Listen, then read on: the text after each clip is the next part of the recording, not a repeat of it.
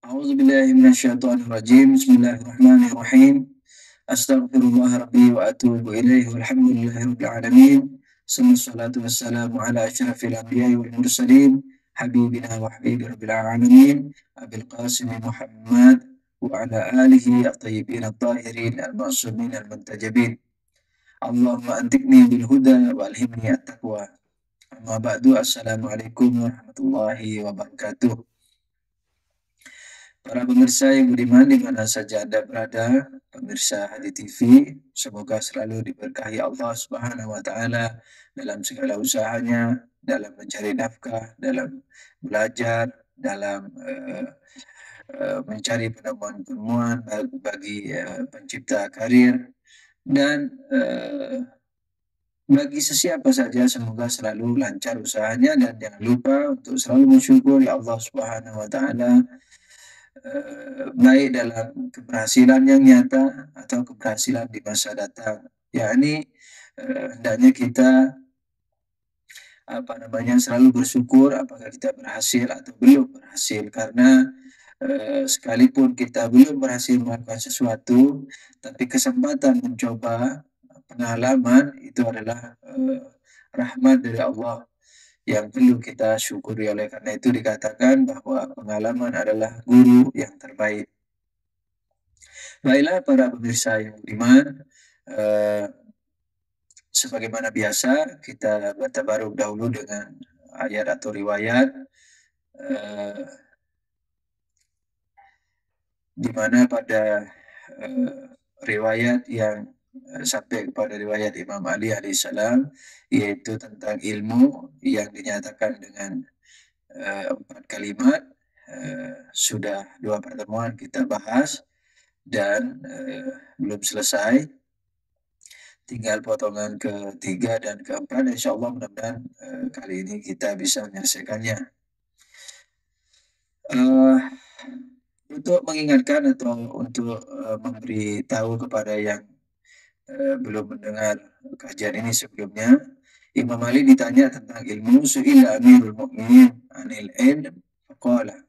Su'ila Amirul Mu'minin alaihi salam anil ilmi faqala arba'u kalimatin: an ta'budallaha biqadri hajatika ilaihi wa an ta'siyahu biqadri sabrika 'alan nar wa an ta'mala lidunyaka biqadri umrika fiha wa an ta'mal li akhiratika biqadri baqaika fiha.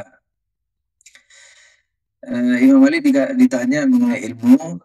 Imam Ali menjawab, ilmu itu ada 4 kalimat. Yang pertama adalah menaati Allah sesuai dengan keperluanmu kepada Allah, lalu bermaksiat kepada Allah sesuai dengan kemampuanmu bertahan di neraka, dan yang ketiga adalah melakukan hal-hal untuk duniamu seukuran umurmu, dan melakukan tentang atau hal-hal yang berurusan dengan akhiratmu seukuran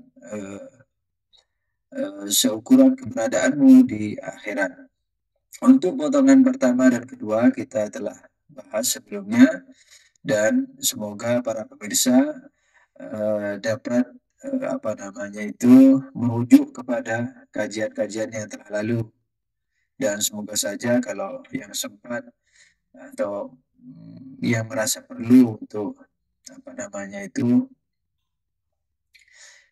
mendownload atau mengcopy atau merekam daripada pelajaran-pelajaran kita, semoga yang melalui parabola misalnya dapat merekam langsung kajian-kajian ini manakala dirasa perlu, dan kalau dari internet bisa mengambilnya, mendownloadnya.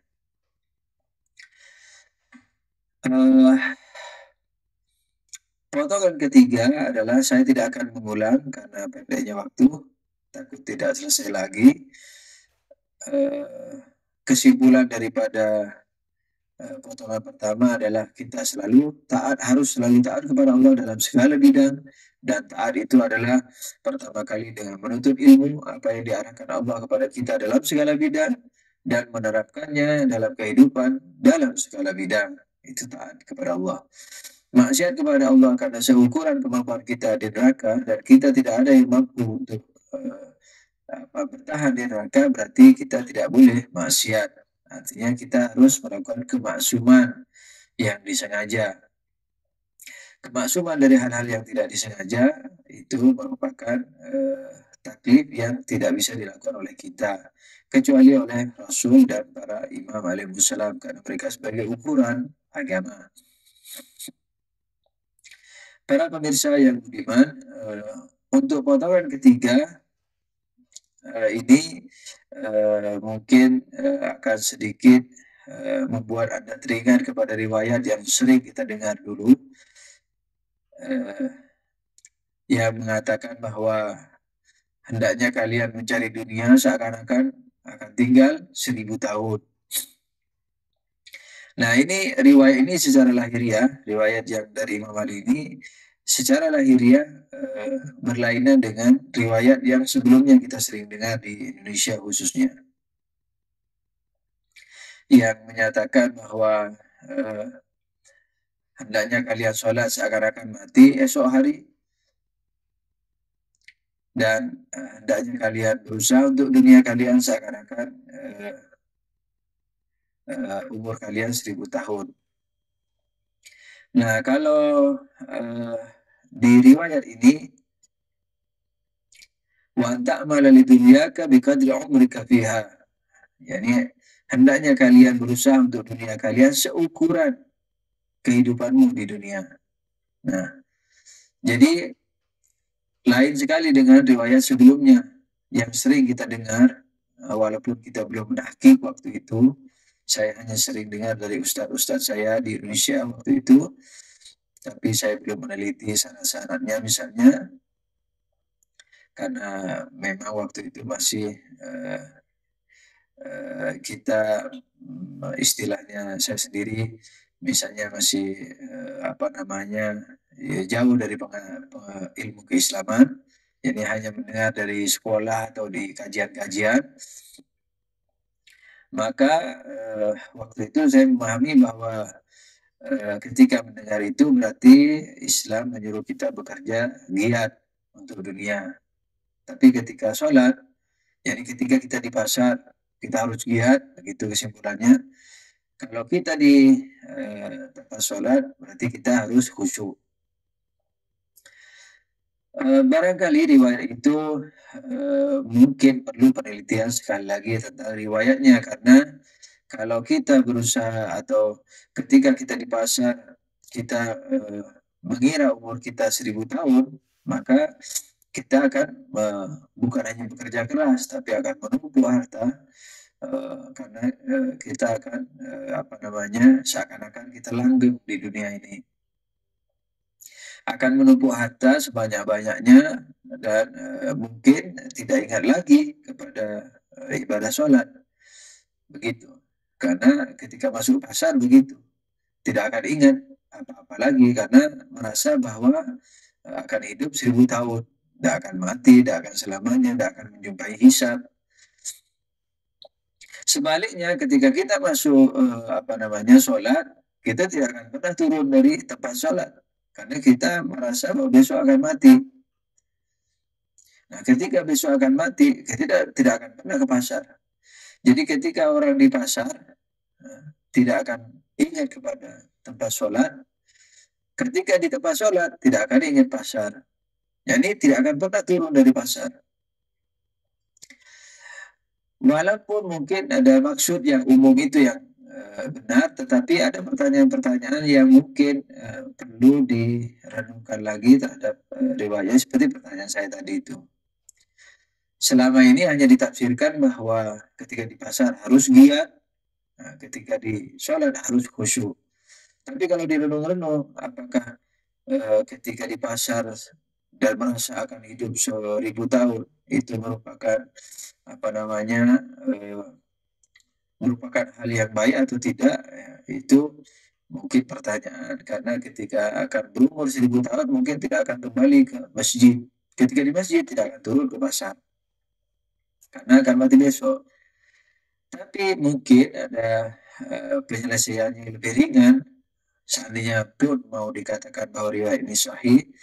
Jadi eh, kan maknanya seakan-akan gitu ya. Jadi seakan-akan ka'annaka ka'annaka ya, seakan-akan kamu hidup 1.000 tahun. Seakan-akan hidup 1.000 tahun. Kalau diturunkan jadi kepada seakan-akan mungkin maksudnya ya bersemangat itu jadinya. Seperti sholat juga seakan-akan akan mati besok. Nah, jadi sholatnya kan khusyuk karena seakan-akan mati besok, tapi sebenarnya tidak akan mati besok. Makanya masih bisa turun dari masjid dan bekerja lagi setelah sholat. Yang di pasar juga begitu, seakan-akan akan hidup 1.000 tahun. Karena seakan-akan berarti tidak akan hidup 1.000 tahun. Oleh karena itu kita tahu bakal mati, tidak akan sampai 100 tahun mungkin, apalagi 1.000 tahun. Nah, karena seakan-akan, oleh karena itu dia akan ingat kepada waktu-waktu sholat dan akan sholat. Kira-kira begitu. Nah, tapi kalau di riwayat ini tidak perlu lapisan penjelasan. Sederhana Imam Ali mengatakan wa anta'mal lidunyaka bikadri hajatik bikadri umrika fiha. Yani hendaknya kalian berusaha untuk urusan-urusan dunia kalian, yakni mencari nafkah itu seukuran kehidupan kalian di dunia. Yakni apa? Kehidupan yang pendek, yang sederhana, makan, minum, rumah, yang seukuran bahwa di sini ini seukuran, yakni bikadri umrika fiha, yakni seukuran umurmu di dunia itu berarti tidak boleh berlebih-lebih. Yakni kalau misalnya kita umpamanya ini telah menghasilkan misalnya saya tidak mengerti apa kurang bisa menerapkan di sini dari sisi matematis berapa ukuran hidup seorang dalam 1 tahun karena berbeda-beda. Karena itu para pemirsa yang budiman di mana saja Anda berada, kalau 1 bulannya perlu 1 juta, berarti 100 dalam 1 tahun 12 juta, berarti dalam 100 tahun umur kita 1.200.000.000. Nah, dengan demikian ini hanya percontohan saja. Dengan demikian maka kalau kita menghasilkan penghasilan yang lebih daripada itu, misalnya sekarang di tangan ada 10 miliar, berarti apa namanya kita harus memikirkan hal-hal lain, yakni yang tidak berurusan dengan kehidupan kita saja. Yakni apa? Yakni melihat apakah ada yatim piatu yang perlu dibantu, apakah ada sekolah-sekolah yang perlu dibangun, apakah ada yayasan-yayasan, masjid-masjid yang perlu dibangun. Pokoknya apa saja yang diperlukan oleh Islam, Muslimin, oleh tetangga dan seterusnya. Nah, jadi kalau Imam Ali mengatakan alaihissalam hendaknya kalian bekerja seukuran kehidupanmu di dunia, maka maknanya adalah kita janganlah menumpuk harta, janganlah bekerja melebihi apa namanya ukuran kehidupan kita. Nah, oleh karena itu mungkin Anda bertanya, lalu kalau kita sudah punya 10 miliar, duduk dong. Artinya tidak bekerja apa-apa, tidak melakukan aktivitas apa-apa. Jawabannya tidak demikian. Tapi aktivitasnya dalam bidang lain. Yakni apa? Yakni belajar, menuntut ilmu, atau misalnya membantu orang yang apa namanya lagi berkesusahan, beraktivitas. Jadi di dalam Islam tidak boleh kita menganggur. Apakah pengangguran tidak punya uang atau pengangguran yang sudah kelebihan uang? Tidak boleh. Kita harus memiliki aktivitas, memiliki taat, karena taat itu bukan hanya dalam bidang mencari nafkah, bukan hanya dalam bidang sholat, tapi berkali-kali saya sudah katakan dalam segala bidang kehidupan kita. Oleh karena itu apa namanya intinya hendaknya kalian sederhana hidup, itu kurang lebih maksudnya Imam Ali. Jadi lakukan apa yang kalian perlu. Jadi begitu lebih, tidak usah ditengok lagi. Saya dulu ingat masih di dalam riwayat, di zaman Nabi itu bukan orang mencari, yakni sering yang terjadi bukan hanya peminta-minta yang ada, tapi sering juga orang di masjid itu usul, ya Rasulullah saya kelebihan uang untuk hari ini. Siapa yang perlu dari ikhwan kita? Kadang-kadang begitu. Jadi walaupun kadang-kadang ada yang meminta-minta, tapi kadang-kadang juga ada sahabat yang menyatakan diri bahwa sekarang saya punya kelebihan rezeki, barangkali ada yang perlu. Nah, gitu. Jadi maksud Imam Ali kurang lebih adalah sederhanalah hidup di dunia karena kamu tidak akan selamanya hidup, tidak akan 1000 tahun. Besok, lusa atau kapan saja kamu mati. Nah, jadi apa yang kita lakukan untuk dunia ini seukuran kehidupan kita. Jangan apa nih berpikir yang lebih daripada itu. Sebab kalau berpikir lebih daripada itu, kita tidak akan ada kenyangnya. Insya Allah kita nanti akan baca riwayat lain yang menyangkut hal ini. Insya Allah di kajian kita yang akan datang. Dan potongan terakhir dari ayat riwayat ini, Imam Ali mengatakan, hendaknya kalian melakukan hal-hal untuk akhiratmu seukuran kehidupanmu di akhirat. Nah, jadi karena untuk dunia seukuran kehidupan kita di dunia dan untuk akhirat seukuran kehidupan kita di akhirat, di mana di dunia sementara dan di akhirat itu adalah apa namanya berkesinambungan kekal abadi, sudah tentu pekerjaan untuk dunia tidak bisa diseimbangkan dengan akhirat. Jadi pekerjaan dunia kita tidak bisa diseimbangkan dengan akhirat. Jadi perbandingannya sangat kecil. Katakanlah bekerja untuk dunia 1 jam, sisanya untuk akhirat. Kasarnya begitu. 1 jam untuk dunia, sisanya untuk akhirat. Nah, mungkin Anda terkejut lah kalau 1 jam mungkin kita belum dapat rezeki. Semuanya untuk akhirat. Nah, kalau perlu saya lebih tekankan lagi. Untuk dunia kalau perlu 1 menit. Sisanya untuk akhirat. Mungkin Anda akan lebih terkejut lagi lah 1 menit. Bagaimana kita mendapatkan uang 1 menit? Jawabannya adalah dalam kajian-kajian terdahulu sering saya katakan kepada Anda bahwa dunia dan akhirat ini tergantung niatnya. Innamal a'malu binniyat. Dalam hal yang baik sudah tentu. Dalam hal yang baik tergantung niatnya. Jadi Anda mencari rezeki, keluar dari rumah, jangan karena kecintaan Anda kepada dunia. Jadi apa? Jadi Anda mau keluar dari rumah itu sudah ibadah, sudah akhirat. Misalnya yang punya keluarga atau yang belum kawin, misalnya saya mencari nafkah ini untuk menjaga badan saya karena diwajibkan dijaga amanat ini, titipan Allah badan, dan saya akan menabung untuk kawin supaya saya tidak maksiat. Seluruhnya ini ibadah. Tapi kalau karena cinta uang, nah, maka menjadi bukan ibadah. Nah, oleh karena itu para pemirsa, kalau perlu biar 1 menit pun tidak usah berpikir dunia, berpikirlah akhirat. Nah, jadi sekali mau mencari uang dengan niat ukhrawi, bukan karena cinta kepada uang. Nah, kalau kita bisa melakukan ini, maka insya Allah kita telah mematuhi Amirul Mukminin Ali alaihissalam yang menyatakan bahwa lakukan untuk duniamu seukuran kehidupanmu, yakni seukuran makan, tidur, seukuran itu, kemudian apa namanya, seukuran bepergian yang ma'ruf, yang umum, dan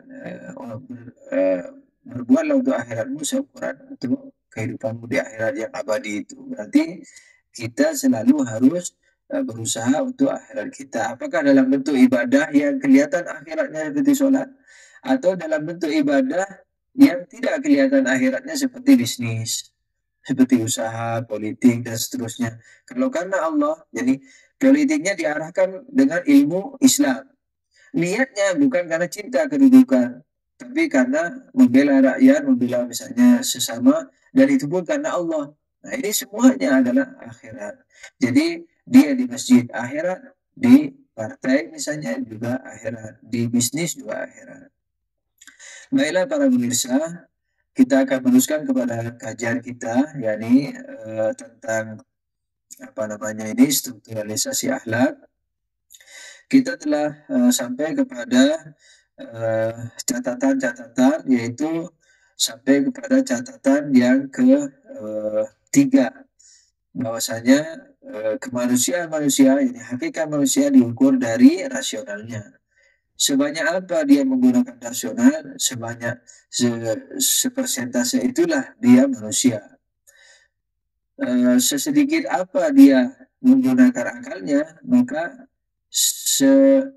persentase itulah dia sebagai binatang. Jadi manusia ini pada hakikatnya lahiriahnya tetap manusia, tapi batinnya apakah dia manusia dan binatang itu tergantung kepada penggunaan rasionalnya. Ingat, rasional bukan hanya memecahkan matematik, listrik, elektronik, dan seterusnya. Bukan hanya itu, tapi justru rasional ini jadi bukan hanya filsafat dan logika dan seterusnya matematika, tapi justru seluruh kehidupan. Sebagaimana yang saya rangkum sering, bahwa kita harus taat kepada Allah dalam seluruh kehidupan. Taat kepada Allah, yakni mengikuti perintah Allah.